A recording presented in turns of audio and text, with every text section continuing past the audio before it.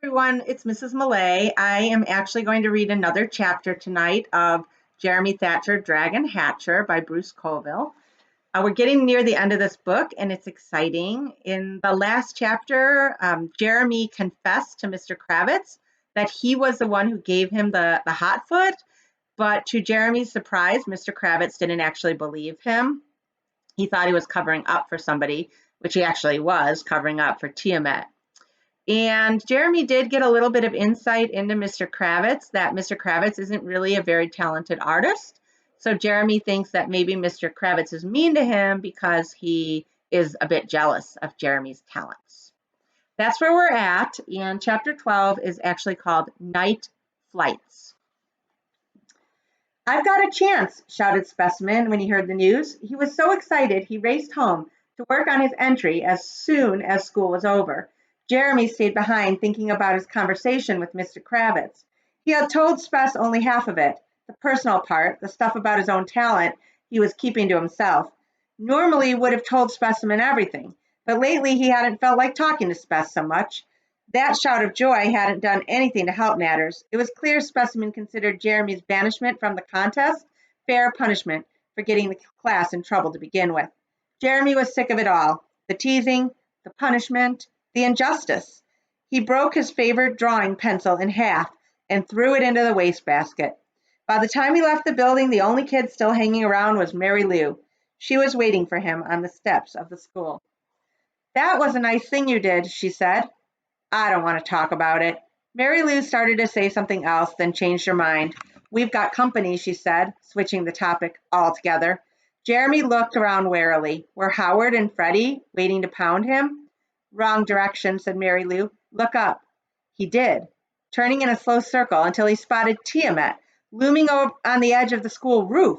She was staring down at him with a look that could only be the dragon version of a smile. The tip of her tail dangled down so far it nearly touched the windows. "What are you doing here?" he demanded. "I came to take you home."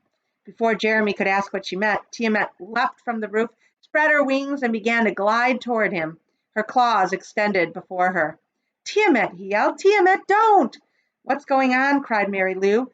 Jeremy's reply was cut short when Tiamat grabbed him by his sides and snatched him into the air. Jeremy's stomach lurched as the world fell away beneath them. "Put me down!" he cried. "Put me down!" But Tiamat only pumped her wings harder. "Hold still," she commanded when he started to squirm. She sent him an image of a wriggling body falling from a great height. He held still. "Now look! Look!" Jeremy looked. The world that spread below him was beautiful, more beautiful than he'd ever imagined. He had no idea Blodgett's Crossing had so many trees. It was greener than he would have ever guessed. "I love this place," he thought with surprise. "It's your home," replied Tiamat as she carried him over the park. He enjoyed the flight until he spotted a pair of familiar figures below. "Watch out," he said nervously. "I see Howard and Freddie." He could feel Tiamat's amusement. "They can't see you," she told him, using the same kind of images she had used to explain why his mother hadn't seen her. Jeremy wondered if that meant he was invisible while she carried him. He liked the idea. The flight was the greatest adventure of his life, and Jeremy couldn't wait to repeat it. That night, after everyone was asleep, he slipped out of the house and walked down to the barn. Tiamat was waiting for him. "Let me try riding," he thought, sending a picture of himself mounted on her back. Tiamat agreed, and Jeremy found it far more comfortable to straddle her back than to be carried in her claws. Once he was settled, she pumped her great wings and they lifted into the moonlit sky. Jeremy waited until they were several hundred feet above the earth to let out a shout of joy.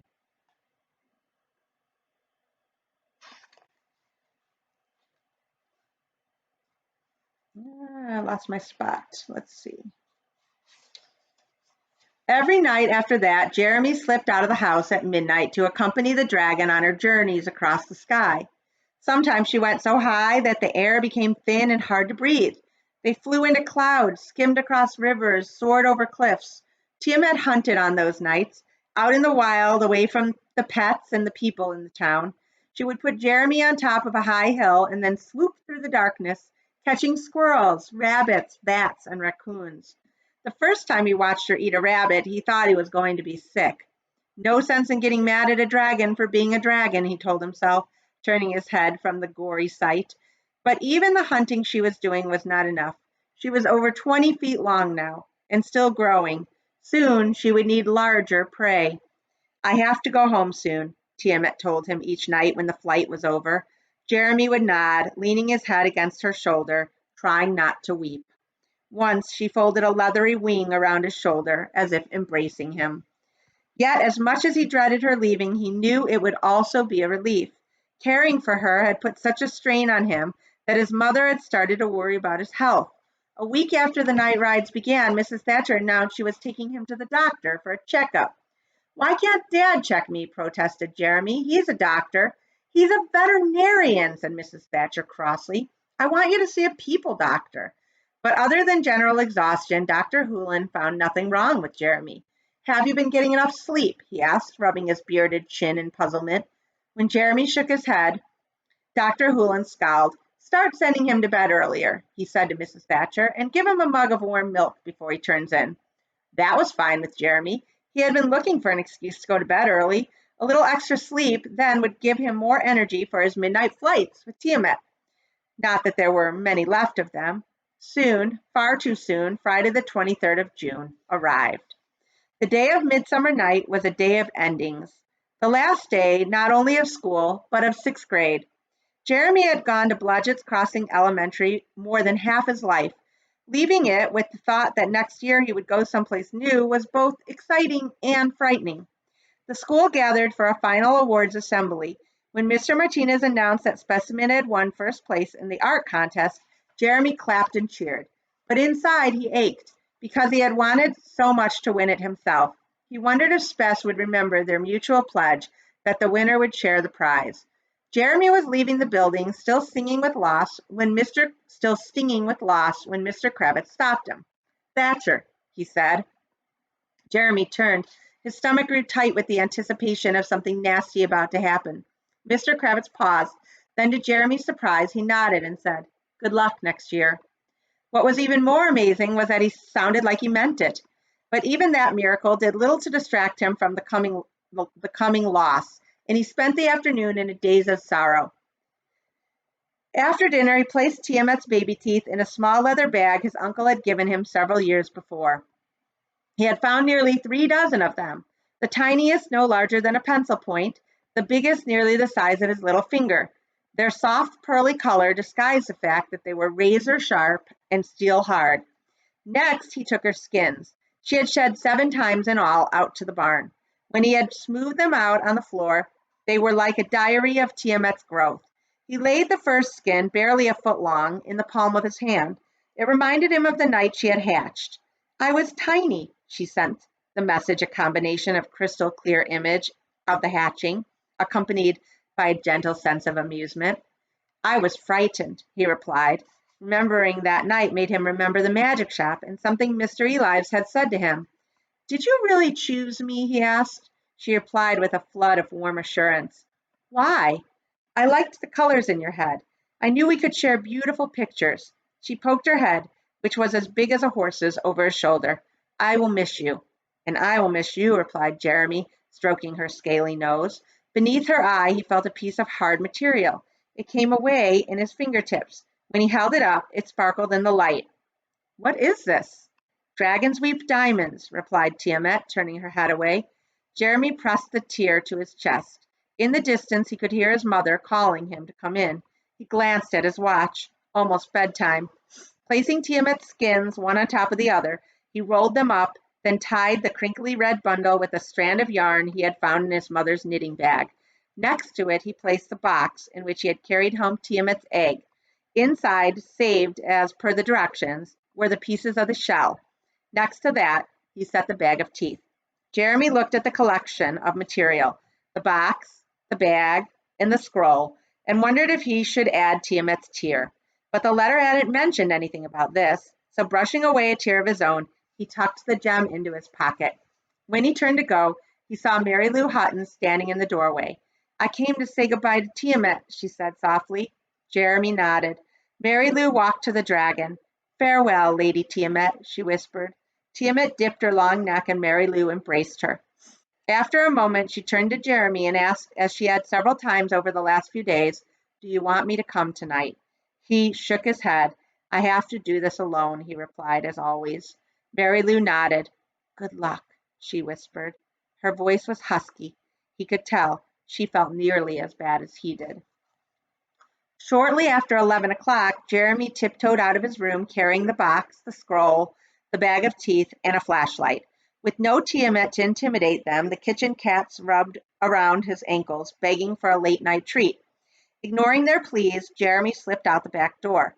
The night was cool and still, without a breath of wind, almost as if it were waiting for something to happen.